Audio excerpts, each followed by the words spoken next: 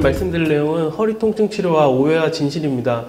제가 오늘 왜 이런 제목을 정했는지 궁금하실 텐데요. 요즘 인터넷이나 언론 매체 통해서 환자분들께서 많은 의학 정보를 접하십니다. 근데 때로는 잘못된 지식과 정보를 가지고 잘못된 진단과 치료를 받으시면서 오히려 더 고생을 하신 분들을 많이 보게 되는데요. 그래서 오늘은 그런 부분에 대해서 말씀을 드리려고 합니다. 오늘 특강 들으시면 척추질환에 대해서 잘못된 상식을 바로잡으시고 올바른 치료 방법을 이해하실 수가 있을 것 같으십니다. 오늘 주로 말씀드릴 내용은 일단 허리 통증의 원인에 대해서 알아보고요. 이에 대한 치료 방법들과 그 치료 후에 운동요법, 물리치료, 재활치료에 대해서 말씀을 드리겠습니다. 먼저 허리 통증의 원인에 대해서 말씀을 드리겠습니다. 허리가 아프면 여러 가지 원인에 의해서 이제 증상들이 나타나게 되는데 근육통이나 인대손상 같은 가벼운 원인부터 해서 척추 골절이나 후관절증, 허리 디스크 같은 심각한 허리 질환까지 원인이 다양합니다. 이렇게 허리 통증이 한 가지 원인에 의해서만 생기는 게 아니고 여러 가지 원인에 의해서 발생하기 때문에 어떤 원인에 의해서 허리가 아픈지 원인에 대한 정확한 진단이 중요합니다. 그래서 그 원인에 대해서 정확한 치료 방법을 선택을 해야 되고요. 또 원인이 다양하기 때문에 한 가지 치료만으로는 한계가 있기 때문에 여러 가지 치료 방법을 병행을 해야 됩니다. 먼저 환자 예시를 보시겠는데요. 74세 여자 환자분이었고 2주 전부터 허리 통증이 발생하셨습니다. 근데 병원 오기 전에는 움직이기 힘들 정도로 통증이 심해져서 오시게 되었는데요. 엑스레이 보시면은 요추 1번이랑 오른쪽 MRI 사진 보시면 저 화살표 되어 있는 부분이 골절이 발생한 부분입니다. 환자분께서는 엑스레이에서 뼈가 많이 주저앉았기 때문에 주저앉은 뼈를 올려주고 골시멘트를 주입해서 고정하는 척추 후만 성형술을 받으셨습니다. 근데 이 환자 보면서 좀 안타까웠던 게 허리 통증이 생기고 바로 오셨으면은 뼈가 많이 내려앉지 않아서 그냥 보조기 착용이나 약물 치료만으로도 좋아질 수 있었는데 척추뼈가 다 내려앉은 다음에 오셨기 때문에 이렇게 시술까지 받으셔서 좀 안타까운 케이스였습니다. 환자분께서 왜 인제 병원에 오셨냐고 여쭤봤는데 걸을 수도 있고 크게 다친 적도 없고 그리고 통증이 심하지 않아서 단순한 근육통인지 알고 통증이 심해진 뒤에서나 이제 병원을 찾게 되셨다고 그랬는데 여기 계신 분들도 그 환자분과 크게 다른 생각은 아니실 거예요. 그런데 척추 골절은 심하지 않은 경우에 걸으실 수도 있습니다. 또 골다공증이 심하신 분들, 특히 할머님들 같은 경우에는 큰 충격 없이도 골절이 발생할 수 있습니다. 또 미세골절은 통증이 심하지 않아서 단순 근육통으로 오해할 수가 있기 때문에 허리 통증이 생기셨을 때는 병원을 찾으셔서 정확하게 진찰을 받아보시는 게 좋겠습니다. 다음 척추협착증에 대해서 말씀을 드릴 텐데 허리 통증을 유발하는 가장 흔한 질환입니다. 그리고 중년 이후에 대부분 심하지 않더라도 척추협착증을 갖고 계시는데 후관절의 손상으로 발생하는 퇴행성 질환입니다. 그리고 신경을 감싸고 있는 인대가 두꺼워져서 신경을 압박해서 여러 가지 증상을 발생을 시킵니다. 그래서 그 신경관이 두꺼워지고 그럼으로 인해서 압박된 신경이 여러 가지 증상을 나타내는데 척추협착증으로 생길 수 있는 증상은 일단 엉덩이, 허벅지, 종아리로 퍼지는 통증이나 저림 증상이 생기게 됩니다. 걸을 때 심해지시고 앉아 계시거나 몸을 앞으로 구부리면 다리 통증이 완화가 되는 특징이 있습니다. 그래서 협착증이 있으신 분들 보시면은 걷다가 자꾸 앉으려고 하시고 지팡이나 유모차로 지탱을 해서 몸을 앞으로 구부리고 걸으시게 되는데요. 이렇게 다리가 아플 때 여기 아까 무릎 관절염에 대해서 강연을 들으셨는데 단순 근육통이나 무릎 발목의 관절염으로 생각하시는 경우가 많습니다. 또 의외로 대부분이 혈액순환이 잘못되지 않았나 이렇게 생각하시는 분들이 많은데 다리 전체적으로 통증이 오는 경우에는 이러한 단순 근육통이나 관절염, 혈액순환 장애보다는 허리에서 문제가 있는 경우가 더 많기 때문에 주의가 필요합니다. 그래서 이런 협착증으로 인한 허리 통증, 다리 통증이 생겼을 때 여러 가지 치료를 하게 되는데요. 경미한 단계의 근육통인 경우에는 약물 치료나 물리 치료만으로도 증상이 좋아질 수 있지만 신경 압박 증상이 있거나 허리 디스크가 있는 경우에는 주사 치료나 신경 차단술 같은 시술까지 받으셔야 되고 이런 치료가 끝난 후에는 허리 근력 강화 운동 같은 재활까지도 같이 시행을 해 주셔야 됩니다. 척추 질환에 쓰이는 약물들은 여러 가지가 있는데요. 진통소염제부터 해서 근이한제, 그리고 심하신 분들은 이제 말초신경제제나 혈액순환제제까지 사용을 하게 됩니다. 네, 환자분이 이제 약을 처방을 해드리면 여러 가지 이제 말씀들을 하시는데, 그냥 막연한 거부감으로 진통제는 먹고 싶지 않다고 말씀하시는 분들이 많으시고요. 또 일시적으로 통증을 완화시키는 게 무슨 의미가 있는지, 또 약 먹어서 안 아픈 게 무슨 의미가 있는지, 그게 치료가 되는 건지, 근본적인 치료를 해달라고 말씀을 하시는 분들이 많이 있으십니다. 근데 이제 통증이 생기는 원인들을 생각을 해보면, 일단 말초기관에 문제가 있으면, 팔다리, 허리에 문제가 있으면 그런 통증 자극이 뇌로 전달이 되면서 아픔을 느끼게 됩니다. 근데 통증으로 인해서 뇌가 민감해지면 통증 강도가 말초기관에 문제가 있는 것보다도 더 강해질 수가 있습니다. 그러면 결국 만성 통증으로 진행하게 되고, 허리 상태가 좋아져도 계속 통증을 느끼는 문제가 생길 수가 있습니다. 그래서 중추신경이 과민하기 전에 통증을 없애서 그 만성 통증으로 진행하는 것을 막아주는 것이 중요합니다. 그 약물치료의 장점이 간단한 치료로 증상이 완화될 수가 있고요. 좀 번거롭긴 하시지만 하루 3번, 아니면 하루 2번 정도만 약 드셔도 많은 효과를 보실 수가 있고, 그 다음에 심한 협착증으로 진행하는 것도 늦춰주는 효과가 있습니다. 그래서 막연한 거부감으로 약을 안 드시는 것도 또 치료를 더디게 하는 이유가 되니까 주의가 필요하겠습니다.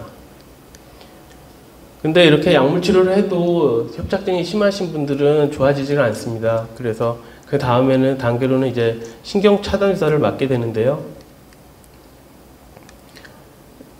협착증이 생기게 되면서 다리가 아픈 이유가 저기 화살표, 녹색 화살표 보시면은 척추관 쪽에 디스크나 인대가 신경을 누르면서 통증이 생기게 되는데, 저렇게 신경이 주변 조직에 의해서 눌려서 자극을 받게 되면은 신경이 붓고 염증이 생기게 됩니다.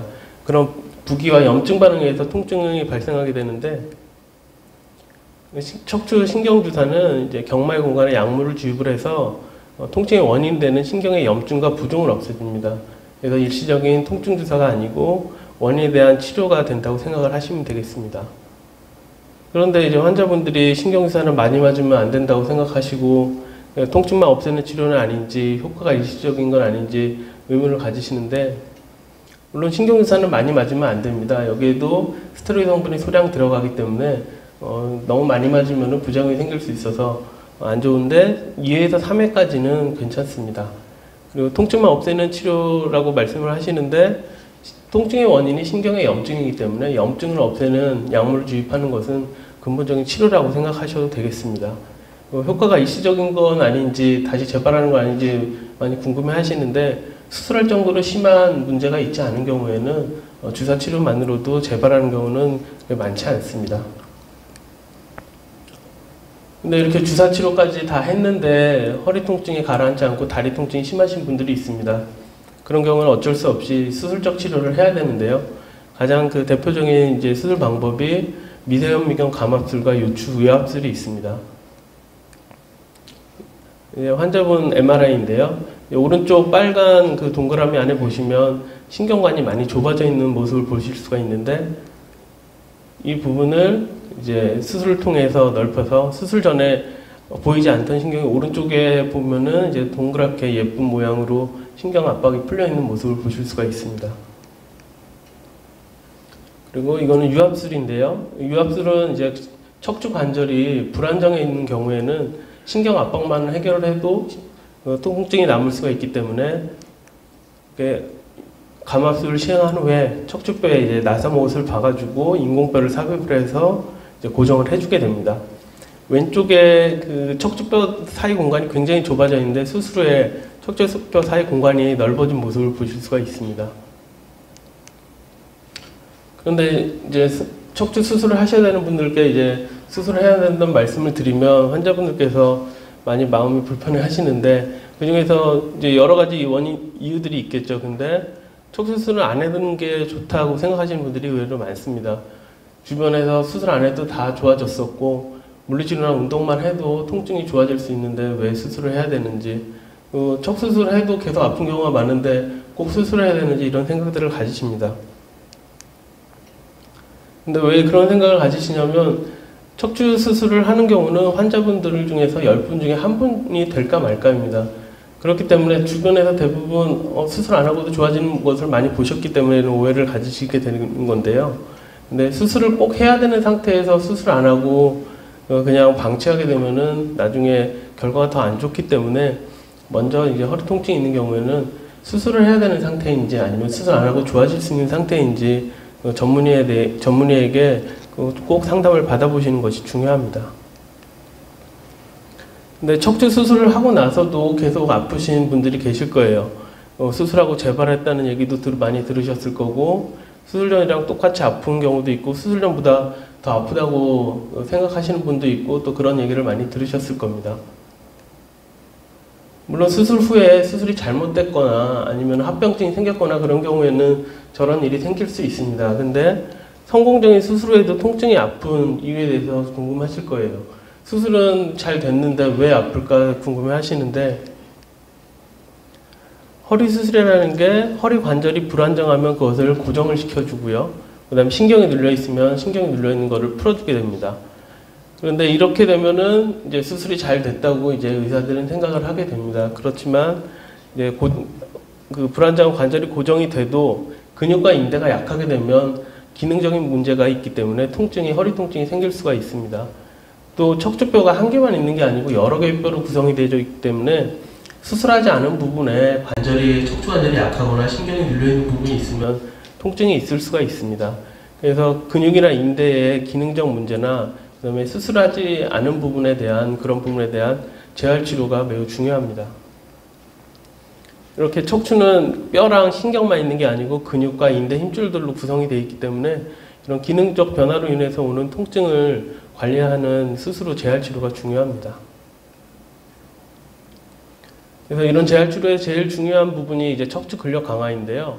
척추 근육은 올바른 자세를 유지를 시켜주고, 그다음에 척추에 가해지는 여러 가지 부하 스트레스들을 막아주는 역할을 하게 됩니다. 그래서 척추 근육이 약하면 올바른 자세를 취하고 싶어도 취할 수가 없거든요. 그래서 척추 치료를 다 끝나고 나면 올바른 자세를 갖추려고 신경을 쓰셔야 되고, 적절한 운동을 통해서 근력 강화를 하셔야 됩니다. 왼쪽은 올바르지 않은 자세고 오른쪽은 올바른 자세인데, 왼쪽에 뭐가 잘못됐는지 아시겠어요? 일단 왼쪽 분은 등받이에서 엉덩이가 떨어져 있습니다. 그리고 그렇게 되다 보니까 등이 앞으로 굽어지게 되죠. 그리고 시선도 그 화면을 보고 있는 게 아니고 키보드를 보고 있는데요. 목, 등, 아래 허리, 엉덩이, 고관절까지 다 무리가 갈 수 있는 안 좋은 자세입니다. 오른쪽이 올바른 자세인데 이제 엉덩이를 등받이 있는 데까지 끝까지 밀착을 시켰고요. 가슴을 펴고 등이 구부러지지 않았습니다. 그리고 시선도 정면을 보고 있어서 목이 앞으로 구부러지지 않았거든요. 이 자세가 척추에 무리를 주지 않는 가장 좋은 자세입니다. 그리고 이제 이런 생활하면서 올바른 자세를 취하는 것도 중요하지만 근력을 강화하기 위해서는 운동을 시작을 하셔야 되는데요. 또 잘못된 게 환자분들이 아프면 그때 운동을 시작하세요. 근데 아플 때는 휴식을 취하셔야지 운동을 하시면 안 됩니다. 운동은 아프기 전에 하시거나 아픈 거를 치료하시고 나서 그 다음에 시작을 하셔야 됩니다.